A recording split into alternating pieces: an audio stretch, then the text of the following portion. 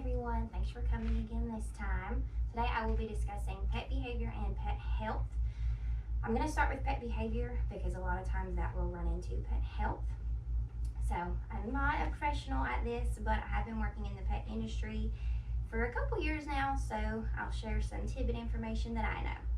For starters, I know we all wish pets could talk. That would probably make things a lot easier if we could understand what's going on with them, but unfortunately they can't. So we're going to start with body language. The best way to understand if a dog is afraid or scared or anxious is to really just look at them. And what better option than to introduce my pet Leia.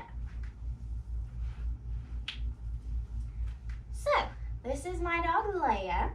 She's a little uncomfortable, as you can tell. Her ears are back.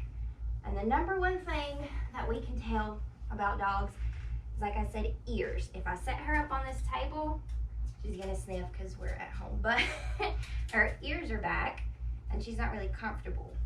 We can tell this because she's kind of laying here, she's kind of sniffing, she knows she's not supposed to be up here.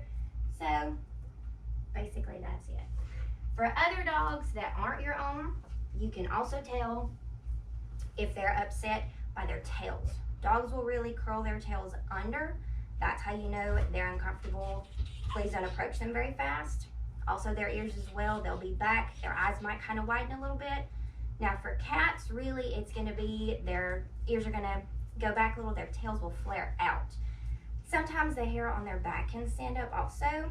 If you notice any of those signs, don't approach the cat. They will hiss or swat at you, and that's gonna hurt real bad. Now for dogs, if you notice that they're having any kind of these signs, they're not gonna hiss or swat at you. They're really gonna either cower down or show their teeth. They might growl, and in really worse scenarios, they could bite you. So always be cautious and understand pet behavior with body language.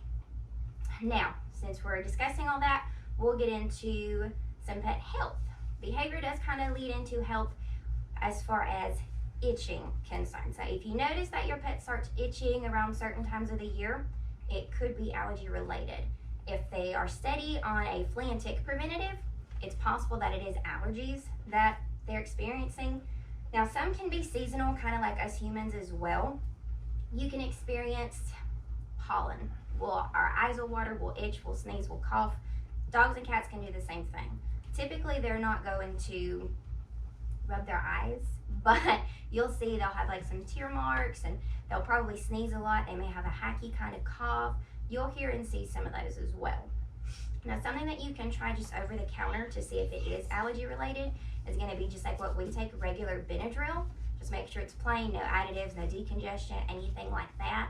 As long as it's just plain regular Benadryl, you can give 1 milligram per pound every 8 to 12 hours as needed. That's also something that could help kind of rule out if it's allergy related. Something else that can be related with allergies is food.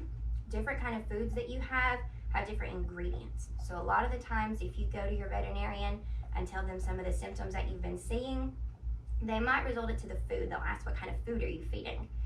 A lot of times they will recommend going to a novel protein, which is really just a single meat source as the protein. If you're shopping online or at a pet store, you'll see that listed as like an LID diet, which just stands for limited ingredient diet. That just means it has one single meat protein in it. The rest is gonna be your fruits, your vegetables. If it has grain, any kind of grain like that, that's really all what that means. Now, as far as some meat proteins to look for, if you're not sure what your dog or cat has or hasn't had, a lot of the times rabbit is not in common foods, venison or kangaroo.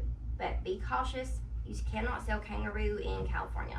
It's illegal to sell and distribute in certain states. Now, since we're talking about food, a lot of people will ask, well, how much food am I supposed to feed my cat or dog? As far as an amount, there's not really a set amount. Kind of like with us as well, if we eat something, we just eat until we're full. Dogs may or may not do the same thing, and when it comes to feeding different ingredients, there's not a set amount, but all brands and all foods should have stuff on the back. Since all foods have a different calorie content, they're gonna have a different amount for you to feed specifically. A lot of times you'll find this anywhere on the back, like on this one specifically, it's gonna be right here, and it's gonna have based on what their weight or their size is, that's how much you should feed daily. A lot of people will recommend to feed twice a day for like morning and dinner. That's what I personally do. I see the best digestion in my dog when I do that. But some people just free feed because that's just what they prefer to do. It's perfectly fine, just depending on when your dog eats is perfect, and just make sure they're eating, and that's great. Moving on from food, we will get into some different kinds of anxiety or stress.